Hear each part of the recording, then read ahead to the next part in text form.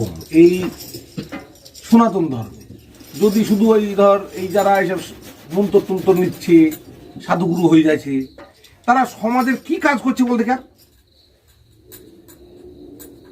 যারা মন্ত্র নিচ্ছে সাধু হয়ে গেল একজন, গোসাই হয়ে গেল একজন, সন্ন্যাসী হয়ে গেল একজন, তারা কি কাজ করছে? তারা ওই মাসে মাসে বাড়ি বাড়ি আসছে, কানে কানছে ফিস ফিস, আর মাসে মাসে চাঁদা দিস, এছাড়া কিছু বলছে না।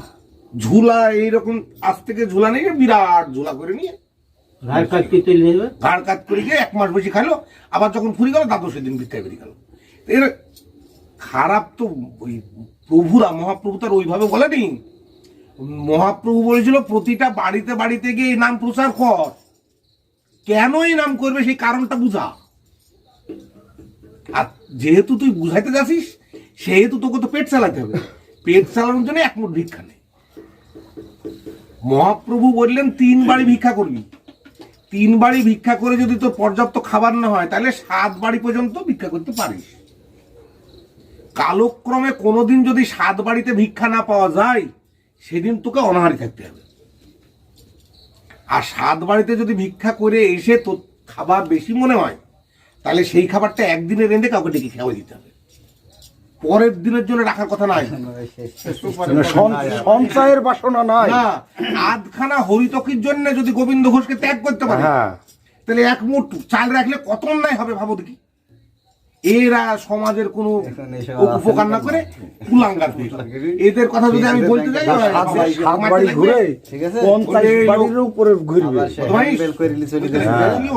বিভিন্ন রকম তুলি ফেললাম। আমি চ্যালেঞ্জ করেছিলাম তোদেরকে, আমি এই আশ্রমে বসে এখনো চ্যালেঞ্জ করছি। শিব যাকে বলা হয় শিবপুরাণ, শিবের জন্য শিবপুরাণ আছে আমাদের সনাতনী ধর্মে। শিবপুরাণের কোন নাম্বার কোন শ্লোকে কোন অধ্যায়ে লেখা আছে যে শিব গাঁজা ভাঙ খায়? দেখাতে হবে আমাকে। পুজোতে শিবের গাঁজা দেওয়া হয় কিন্তু কোন রকম কোন জায়গায় লেখা নাই শিব গাঁজা খায়, নাই। চ্যালেঞ্জ থাকে। আপনারা একটু, আপনাদের টাকা কড়িও আছে, আপনারা এই সব ছেলে পেলে কি করবেন, মাদ্রাসায় ভর্তি করবেন। মাদ্রাসায় ভর্তি করে তারা ইসলামের শিক্ষা শিক্ষিত হবে। এইবার ওরা হ্যাঁ দিছে, বাহ সুন্দর কথা, আপনার মতো লোক দরকার, এইসব করছে। আমরা গাছ বসে গিয়ে বলছে মাস্টারমশাই আমার একটা কথা ছিল। বললো ও গাজু ভাই বলো।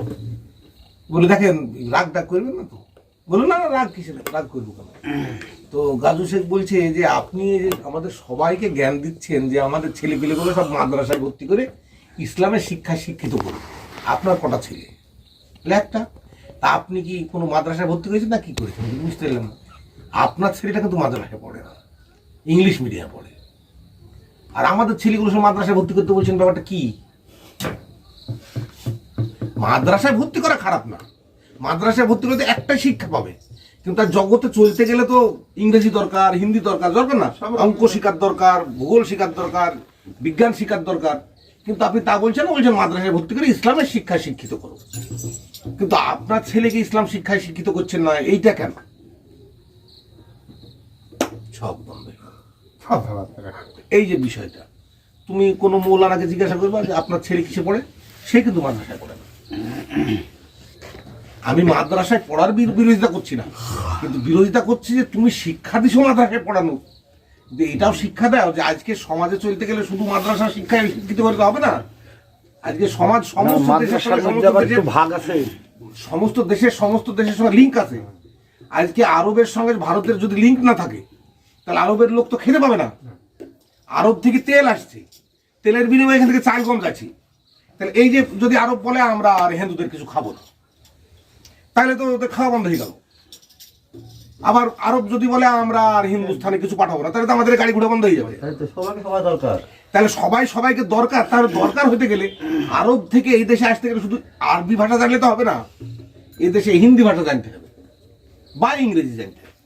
তাহলে তুমি শুধু মাদ্রাসায় আরবি পড়ালে তো হবে না, তোমাকে হিন্দি, ইংরেজি, ভূগোল, বিজ্ঞান, অঙ্ক এগুলো শিখাতে হবে। তো তার মধ্যে মাদ্রাসা, এই কথা যদি আমি বলি তাইলে আমি হয়ে যাবো খারাপ, এই দেখো বিদ্বেষী, ধর্ম বিদ্বেষী। মাদ্রাসায় ধর্ম বিদ্বেষী।